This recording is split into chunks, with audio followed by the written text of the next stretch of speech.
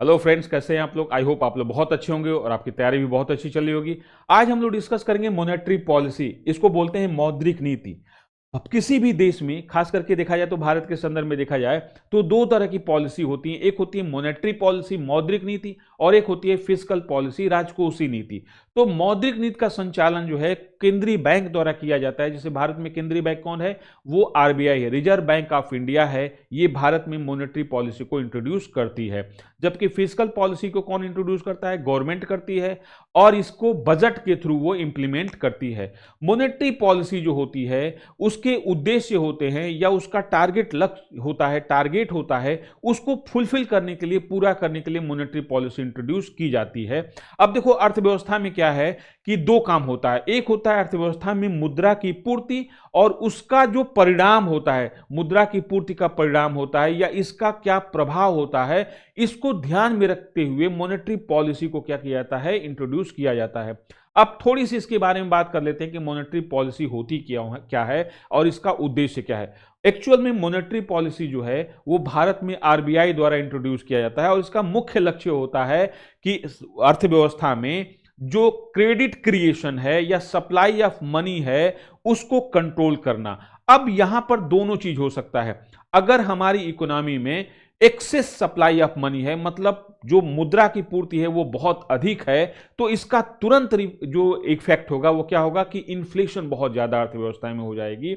Inflation बहुत ज्यादा हो जाएगी तो इससे एक अर्थव्यवस्था में नई तरह की समस्या उत्पन्न हो जाएगी और कहीं ना कहीं जीडीपी ग्रोथ रेट प्रभावित होगा। दूसरा, अगर ये देखते हैं कि अगर सप्लाई ऑफ मनी बहुत कम हो जाती है या स्कैर्सिटी ऑफ मनी हो जाती है इकोनॉमी में, तो इससे एक दूसरी समस्या ये उत्पन्न हो जाएगी कि इकोनॉमी में इंटरेस्ट रेट बहुत हाई हो जाएगा, यानी कि ब्याज दरें बहुत बढ़ जाएंगी। और जब ब्याज दरें बहुत बढ़ जाएंगी तो इससे इन्वेस्टमेंट प्रभावित होगा, इन्वेस्टमेंट घटने लगेगा। क्यों? क्योंकि इन जो कैपिटल है उसकी कॉस्ट बढ़ गई। कॉस्ट क्या? वो इंटरेस्ट रेट बढ़ गया, तो इससे इन्वेस्टमेंट इफेक्ट अफेक्टेड होगा, और इसका नतीजा ये होगा कि अर्थव्यवस्था में प्रोडक्शन एक्टिविटीज गिरने लगेंगी, घटने लगेंगी, और इकोनॉमी रिसेशन में चली जाएगी। तो यहां ध्यान रखना है कि जो मॉनेटरी पॉलिसी होता है ये बहुत ऑब्जेक्टिव मेजरमेटिव्स पे होता है। ऑब्जेक्टिव मेजरमेटिव्स का मतलब है कि डेटा एनालिसिस किया जाता है, और भारत में क्या है कि मॉनेटरी पॉलिसी कमेटी होती है जो बैठती है, और यही मॉनेटरी पॉलिसी कमेटी जो होती है ये वर्ष में कम से कम 6 बार बैठती है, 2 महीने पे, और कभी कभी तो आपात स्थिति में इससे भी ज्यादा बैठती है। और इसके द्वारा कई चीजों का विश्लेषण किया जाता है, कई डेटा का एनालिसिस किया जाता है, फिर मॉनेटरी पॉलिसी में जो हमारे जितने भी हैं उसको इंट्रोड्यूस किया जाता है। तो मॉनेटरी पॉलिसी में क्या होता है, बेसिकली यही होता है कि इसमें supply of money and credit creation of बैंकों की जो साख सृजन करने की क्षमता है उसको कंट्रोल किया जाता है। तो अभी हम लोग संक्षेप में देखते हैं कि मॉनेटरी पॉलिसी का एम क्या होता है। तो देखो, मॉनेटरी पॉलिसी का एम सिर्फ दो ही होता है, बाकी जो एम होते हैं वो इससे कहीं ना कहीं डिराइव्ड होते हैं या व्युत्पन्न होते हैं, निकलते हैं। पहला एम है कि इन्फ्लेशन को कंट्रोल करके रखना, इन्फ्लेशन को बहुत ज्यादा बढ़ने नहीं देना, और ना ही यहां पे डिस इन्फ्लेशन या डिफ्लेशन की कंडीशन लाना। अब एक तरह से है कि अगर भारत में इन्फ्लेशन जो आरबीआई ने एक्सेप्ट किया है वो 2 से अगर 4% के आसपास है तो इसको माना जाता है कि ये इकोनॉमी के लिए बेटर है। इसको 6% तक भी कभी कभी एक्सेप्ट कर लिया जाता है कि भाई 2 से 6% के बीच में अगर इन्फ्लेशन है तो ये इकोनॉमी में क्या करेगा, पॉजिटिव एक ग्रोथ लाने के लिए काम करेगा। ठीक है, तो यहां ध्यान रखना है कि एक तो है इन्फ्लेशन को कंट्रोल करना, और दूसरा है इंटरेस्ट रेट को बढ़ने से रोकना, या इंटरेस्ट रेट इतना ना चला जाए कि इन्वेस्टमेंट अफेक्ट होने लगे। तो ये दो मुख्य उद्देश्य हैं, बाकी उद्देश्य जो हैं वो इसी के ऊपर निर्भर करते हैं। तो यहां पे हमने शॉर्ट में देख लेते हैं मॉनेटरी पॉलिसी का क्या डिफिनीशन है। तो इसकी डिफिनीशन है, monetary policy refers to the way in which the reserve bank of India influences the money supply in the economy and the credit creation capacity of bank which serves multiple purpose simultaneously। एक साथ ये कई उद्देश्यों की पूर्ति करता है, लेकिन जो मैंने बताया है आपको कि इसका मुख्यतः दो ही उद्देश्य होता है। एक होता है इन्फ्लेशन को कंट्रोल करना, मुद्रास्फीति को नियंत्रित रखना, और दूसरा होता है इंटरेस्ट रेट को एक तरह से रेशनलाइज करना, उसको तार्किक आधार पर रखना।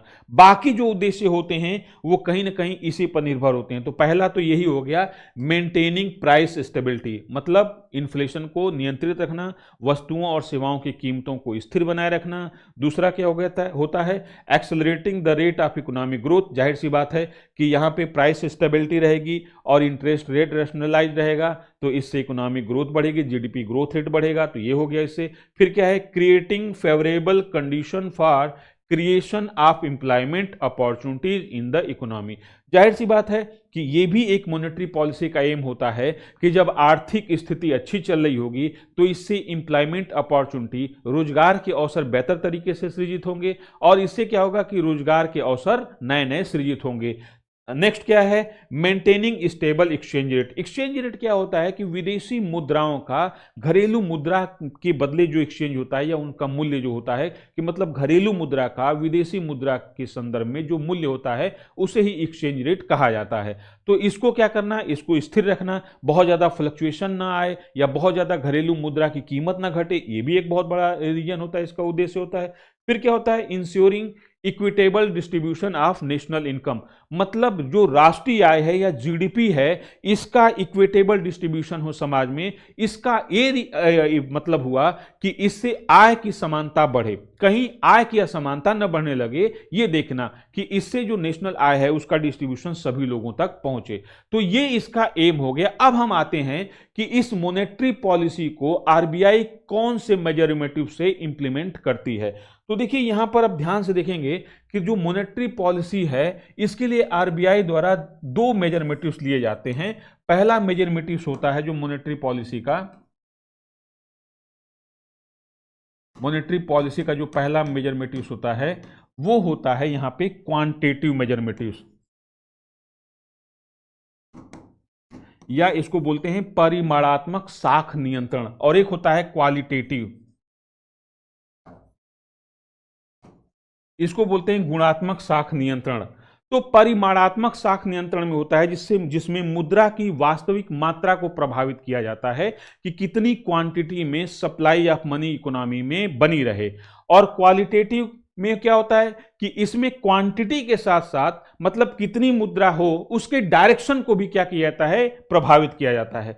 तो जब हम क्वांटिटेटिव क्रेडिट कंट्रोल के अंतर्गत आते हैं, परिमाणात्मक साख नियंत्रण के अंतर्गत आते हैं, तो इसमें कई होते हैं, जैसे बैंक रेट हो गया, रेपो रेट हो गया, रिवर्स रेपो रेट हो गया, ठीक है। फिर क्या हो गया, इसमें एसएलआर हो गया, स्टैट्यूटरी लिक्विडिटी रेट जिसको वैधानिक तरलता अनुपात बोलते हैं, सीआरआर हो गया, कैश रिजर्व रेशियो हो गया, ओएमओ हो गया, ओपन मार्केट ऑपरेशन हो गए। ये सब जो मेजरमेटिव्स हैं इनको बोलते हैं क्वांटिटेटिव मेजरमेटिव्स, यानी कि परिमाणात्मक साख नियंत्रण। इसके माध्यम से आरबीआई अर्थव्यवस्था में मुद्रा की पूर्ति को नियंत्रित करता है या बैंकों की साख सृजन क्षमता को प्रभावित करता है।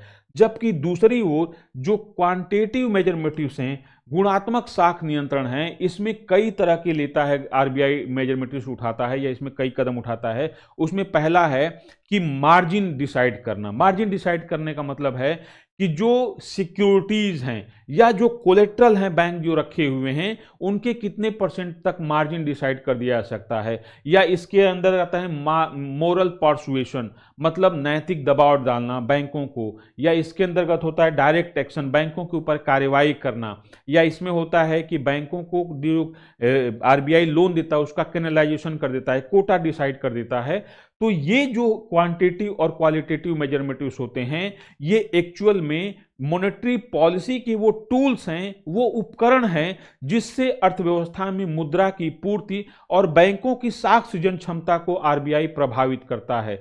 आरबीआई एक तरफ देखा जाए तो दोनों पॉलिसी जो हैं, फिस्कल पॉलिसी और मॉनेटरी पॉलिसी, ये पैरेलल चलती हैं। अगर ये पैरेलल और बहुत तरीके से तार्किक तरीके से चलती हैं तो अर्थव्यवस्था में संतुलन की स्थिति बनी रहती है। और जो मॉनेटरी पॉलिसी के जो हमारे एम हैं, जैसे उसमें सबसे बड़ा है कि प्राइस स्टेबिलिटी रहेगी तो इससे जीडीपी ग्रोथ रेट अधिक होगी। जब जीडीपी ग्रोथ रेट अधिक होगी तो इससे इंप्लॉयमेंट जनरेशन बहुत अधिक होगा। जब इंप्लॉयमेंट जनरेशन बहुत अधिक होगा तो इससे लोगों का क्या होगा, इनकम जनरेशन होगा, आय का सृजन होगा और इससे लोगों की समृद्धि बढ़ेगी। ठीक है, फिर इससे क्या होगा कि जो नेशनल इनकम है उसका डिस्ट्रीब्यूशन इक्वल होगा, लोगों को राष्ट्रीय आय का समान वितरण पहुंचेगा और सबसे अच्छी बात है कि विदेशी विनिमय दर भी स्थिर बनी रहेगी। इसके लिए भी आरबीआई क्या करती है, प्रयास करती है। हाल के दिनों में देखा होगा आपने कि रुपए की जो कीमत है लगातार गिरती जा रही है। अब तो एक यूएस डॉलर, एक अमेरिकी डॉलर के बराबर 90 से समथिंग रुपए अधिक हो चुका है।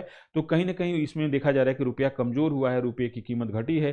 तो आरबीआई का यह भी उद्देश्य है कि भाई ऐसा कुछ किया जाए जिसकी वजह से रुपए की कीमत बहुत ज्यादा न घटे, तो इससे यह भी ध्यान में रखा जाता है। तो ये हमने शॉर्ट में डिस्कस किया मॉनेटरी पॉलिसी क्या होता है, मॉनेटरी पॉलिसी का उद्देश्य क्या होता है और मॉनेटरी पॉलिसी को किन किन मेजरमेटिव्स या किन किन उपकरणों के सहायता से आरबीआई इसको लागू करता है। एक देखिए, ध्यान में देखिए कि सरकार जो होती है फिस्कल पॉलिसी को इंट्रोड्यूस करती है बजट के माध्यम से। तो सरकार क्या होती है, कई तरह की योजनाएं चलाती है जो लोगों के कल्याण के लिए तो होती है, लेकिन कहीं ना कहीं इन योजनाओं के थ्रू अर्थव्यवस्था में इन्फ्लेशन बढ़ना शुरू कर देता है। ठीक है, अब सरकार क्या होती है, एक जो लोगों की आकांक्षा है या उपेक्षा है उसका प्रतिनिधित्व करती है। तो सरकार कई फ्लैगशिप प्रोग्राम लॉन्च करती है और सरकार इसको इसलिए लॉन्च करती है कि भाई उस सरकार की पॉपुलैरिटी बनी रहे।